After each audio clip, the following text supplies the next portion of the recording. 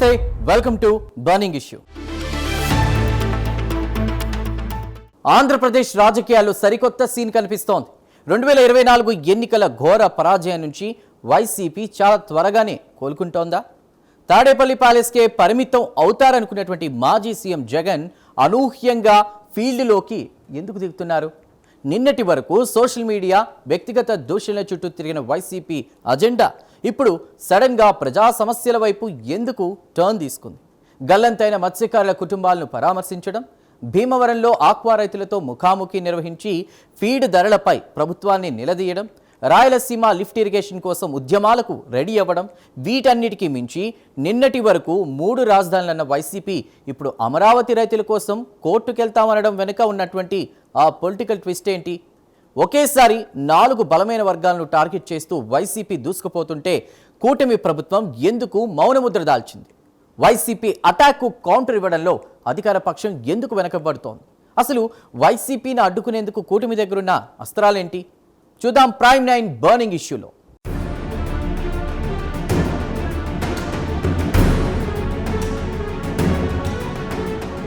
AP రాజకీయాల్లో ప్రతిపక్ష YCP తన వ్యూహాలకు పదును పెడుతోంది. కేవలం ప్రెస్ మీట్లో, సోషల్ మీడియాకే పరిమితం కాకుండా నేరుగా ప్రజాక్షేత్రంలోకి వెళ్లాలని ఆ పార్టీ అధినేత జగన్మోహన్ రెడ్డి డిసైడ్ అయ్యారు. ఇందులో భాగంగానే సముద్రంలో వేటకు వెళ్లి గల్లంతైన మత్స్యకారుల కుటుంబాల్ని ఆయన స్వయంగా పరామర్శించారు. బాధిత కుటుంబాలకు అండగా ఉంటామని భరోసా ఇస్తూనే కూటమి ప్రభుత్వంపై తీవ్రస్థాయిలో విమర్శల దాడికి దిగారు.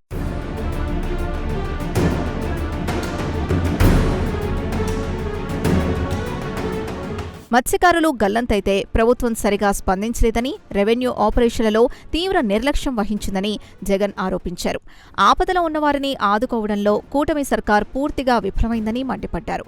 మత్స్యకారుల పరామర్శ ద్వారా తీర ప్రాంత ఓటు బ్యాంకుకు తాము అండగా ఉన్నామన్న బలమైన సంకేతాన్ని పంపడంలో జగన్ సక్సెస్ అయ్యారని రాజకీయ విశ్లేషకులు భావిస్తున్నారు.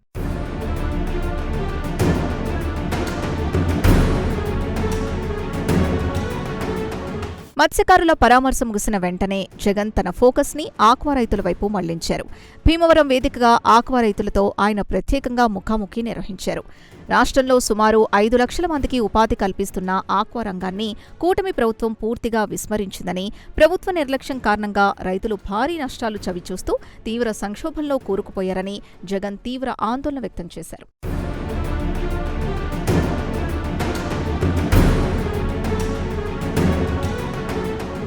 ఆక్వా రైతులు ఉపయోగించే ఫీడ్ ధరల్ని కంపెనీలు ఇష్టానుసారంగా పెంచుతున్నాయని జగన్ మండిపడ్డారు. తమ ప్రభుత్వ హయాంలో ఏకపక్షంగా ధరలు పెంచకుండా రెగ్యులేటరీ బోర్డు ద్వారా నిరంతరం పర్యవేక్షణ చేశామని, కానీ ప్రస్తుత సీఎం చంద్రబాబు నాయుడు ప్రభుత్వం ఆ చట్టాన్ని నిర్వీర్యం చేసిందని ఆరోపించారు. కేవలం 4 నెలల్లోనే ఫీడ్ ధరల్ని కిలోకు 14 నుంచి 16 రూపాయల వరకు పెంచారని, ఆక్వా సాగులో మొత్తం ఖర్చులో దాదాపు 60% ఫీడ్కే వెచ్చించాల్సి వస్తూ ఉండటంతో రైతులు విలవిల్లాడుతున్నారని ఆయన లెక్కలతో సహా వివరించారు.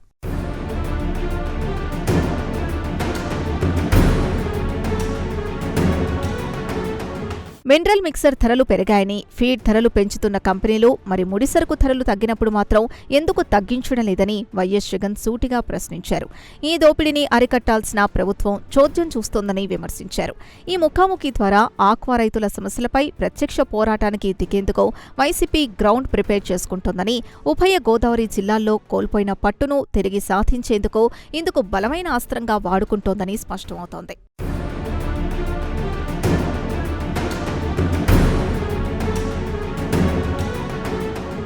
మత్స్యకారులు, ఆక్వా రైతులపై ఫోకస్ చేయడం ఒక ఎత్తు అయితే, రాజధాని అమరావతి రైతుల విషయంలో వైసీపీ తీసుకున్న స్టాండ్ ఇప్పుడు ఏపీ రాజకీయాల్లో పెను సంచలనంగా మారింది. నిన్నటి వరకు 3 రాజధానులంటూ అమరావతిని వ్యతిరేకించిన వైసీపీ ఇప్పుడు సడన్గా అమరావతి రైతుల పక్షాన ఎందుకు నిలబడుతోంది? కృష్ణా, గుంటూరు నేతలతో ఫైటింగ్కు ఎందుకు రెడీ అవుతోంది? అటు రాయలసీమ లిఫ్ట్ ఇరిగేషన్ ప్రాజెక్టును భుజానికెత్తుకొని నెల్లూరులో భారీ మీటింగ్ పెట్టడం వెనుకున్నటువంటి ఆంతర్యం ఏంటి? Let's continue.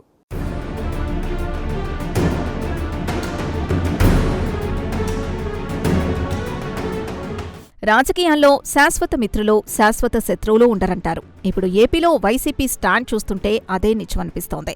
రాజధాని అమరావతి నిర్మాణంలో భూములిచ్చిన రైతుల పక్షాన పోరాడేందుకు వైసీపీ సిద్ధమవుతోంది. కృష్ణా, గుంటూరు జిల్లాలకు చెందిన వైసీపీ నేతలు అమరావతి రైతుల సమస్యలపై గళమెత్తుతున్నారు. అవసరమైతే రైతుల పక్షాన కోర్టుకు వెళ్తామని వైసీపీ నేతలు ప్రకటించడం రాజకీయ వర్గాల్లో తీవ్ర ఆసక్తి రేపుతోంది.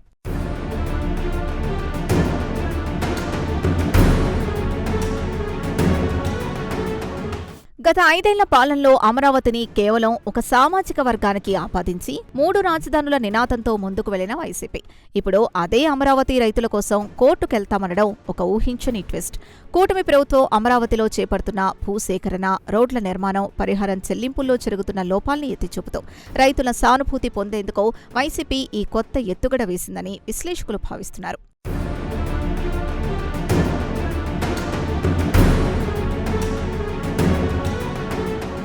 అటు కోస్తా, ఇటు రాజధాని ప్రాంతంతో పాటు రాయలసీమపైన వైసీపీ స్పెషల్ ఫోకస్ పెట్టింది. రాయలసీమ లిఫ్ట్ ఇరిగేషన్ ప్రాజెక్టు సాధన కోసం నెల్లూరులో వైసీపీ నేతలు భారీ మీటింగ్ నిర్వహించారు. ఈ ప్రాజెక్ట్ రాయలసీమకు గేమ్ చేంజర్ అని మాజీ సలహాదారు సజ్జల రామకృష్ణారెడ్డి ప్రకటించారు. సీమ హక్కుల కోసం, సాగునీటి ప్రాజెక్టుల కోసం పెద్ద ఎత్తున పోరుబాట పట్టేందుకు వైసీపీ శ్రేణుల్ని సమాయత్తం చేస్తున్నారు.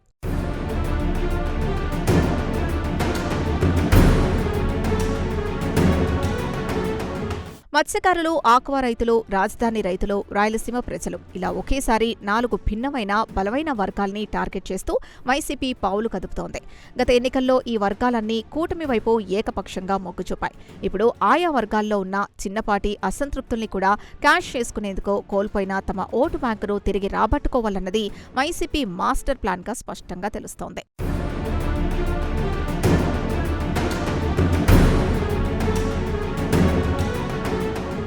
ప్రతిపక్షం అన్నాక ప్రజా సమస్యలపై పోరాటం సహజం. కానీ వైసీపీ ఇంత దూకుడుగా ఫీల్డ్లోకి వస్తుంటే అధికార కూటమి మాత్రం ఆశించిన స్థాయిలో ఎందుకు కౌంటర్ ఇవ్వలేకపోతోంది? జగన్ స్వయంగా రంగంలోకి దిగి భీమవరం వేదికగా ఆక్వా ఫీడ్ ధరలపై, మత్స్యకారుల సమస్యలపై తీవ్ర విమర్శలు చేస్తున్నా పాలకుల నుంచి సరైన స్పందన ఎందుకు రావడం లేదు? కూటమి నేతల మౌనం వెనుక ఏదైనా వ్యూహం ఉందా? లేక ప్రతిపక్షం చేసే విమర్శలను లైట్ తీసుకుంటున్నారా? వైసీపీని అడ్డుకునేందుకు కూటమి దగ్గర ఉన్నటువంటి అస్త్రాలేంటి? ముగింపులో చూద్దాం.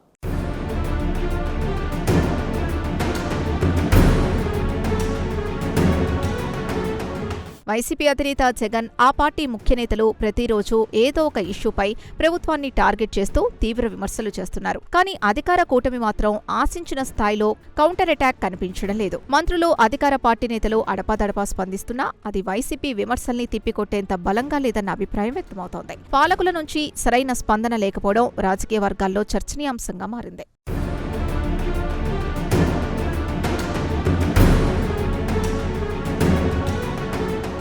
కూటమి నేతల మౌనం వెనుక 2 రకాల వాదనలు వినిపిస్తున్నాయి. ప్రతిపక్షం చేసే ప్రతి విమర్శకు స్పందిస్తే వారికి అనవసరమైన మైలేజ్ ఇచ్చినట్లవుతుందని కూటమి పెద్దలు భావిస్తున్నట్లు సమాచారం. పాలనపై, అభివృద్ధిపై దృష్టి పెట్టాల్సిన సమయంలో రాజకీయ విమర్శలకు టైం వేస్ట్ చేయడం ఎందుకన్న వ్యూహంలోనే వారు సైలెంట్గా ఉన్నారని ఒక వర్గం విశ్లేషిస్తోంది.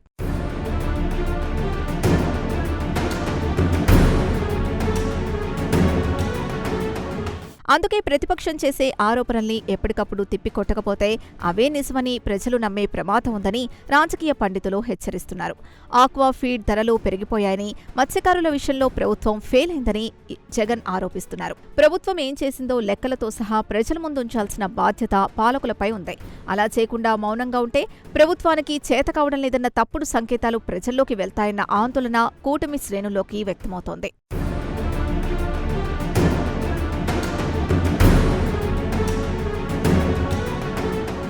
వైసీపీ దూకుణ్ణి అడ్డుకునేందుకు కూటమి దగ్గర బలమైన అస్త్రాలే ఉన్నాయి. గత 5 ఏళ్లలో ఆక్వా రంగాన్ని ఎలా నిర్వీర్యం చేశారో, ఆక్వా కరెంటు సబ్సిడీల పేరుతో ఎలాంటి నిబంధనలు పెట్టారో, రాయలసీమ ప్రాజెక్టుల్ని ఎలా గాలికొదిలేశారో, అమరావతి రైతులకు ఎలా పంపించారో, వాస్తవాలను, శ్వేతపత్రాలను ప్రజల ముందు ఉంచడం ద్వారా వైసీపీ విమర్శకులకు చెక్ పెట్టొచ్చు. వైసీపీ నేతలు ఫీల్డ్లోకొస్తే అధికార పార్టీ నేతలు కూడా ఫీల్డ్లోకి వెళ్లి వాస్తవ పరిస్థితుల్ని ప్రజలకు వివరించాల్సిన అవసరం ఉంది.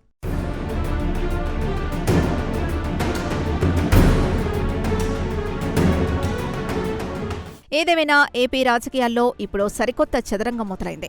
ఒకవైపు ప్రజా సమస్యల్ని ఆయుధంగా చేసుకుని బౌన్స్ బ్యాక్ అవ్వాలని వైసీపీ చూస్తుంటే, మరోవైపు అభివృద్ధి సంక్షేమంతో రాష్ట్రాన్ని గాడిలో పెట్టాలని కూటమి సర్కార్ శ్రమిస్తోంది. అయితే రాజకీయాల్లో సైలెంట్ గా ఉంటే వర్కౌట్ కాదు. చేసే పనిని ప్రజలకు చెప్పుకోవడంలో, ప్రతిపక్షం చేసే విమర్శల్ని తిప్పికొట్టడంలో ఎవరు సక్సెస్ అయితే అంతిమ విజయం వారిదే అవుతుంది.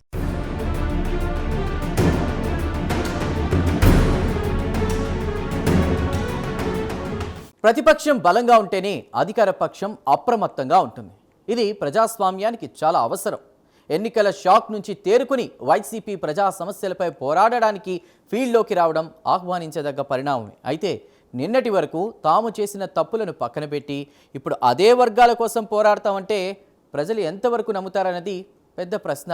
ఆక్వా రైతుల కష్టాలకు, అమరావతి రైతుల కన్నీళ్లకు గత 5 ఏళ్లలో కారణం ఎవరో ప్రజలకు బాగా తెలుసు. అదే సమయంలో కూటమి ప్రభుత్వం కూడా ప్రతిపక్ష విమర్శలను లైట్ తీసుకోవడానికి వీల్లేదు.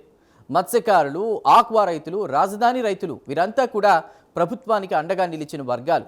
వారి సమస్యలను తక్షణమే పరిష్కరించి ప్రతిపక్షం ఆరోపణలకు చేతల్లో సమాధానం చెప్పాలి. మౌనం ఎప్పుడు ఆయుధం కాదు, ఒక్కోసారి అది ఆత్మరక్షణలో పడేస్తుందన్న సత్యాన్ని పాలకులు గ్రహించాలి.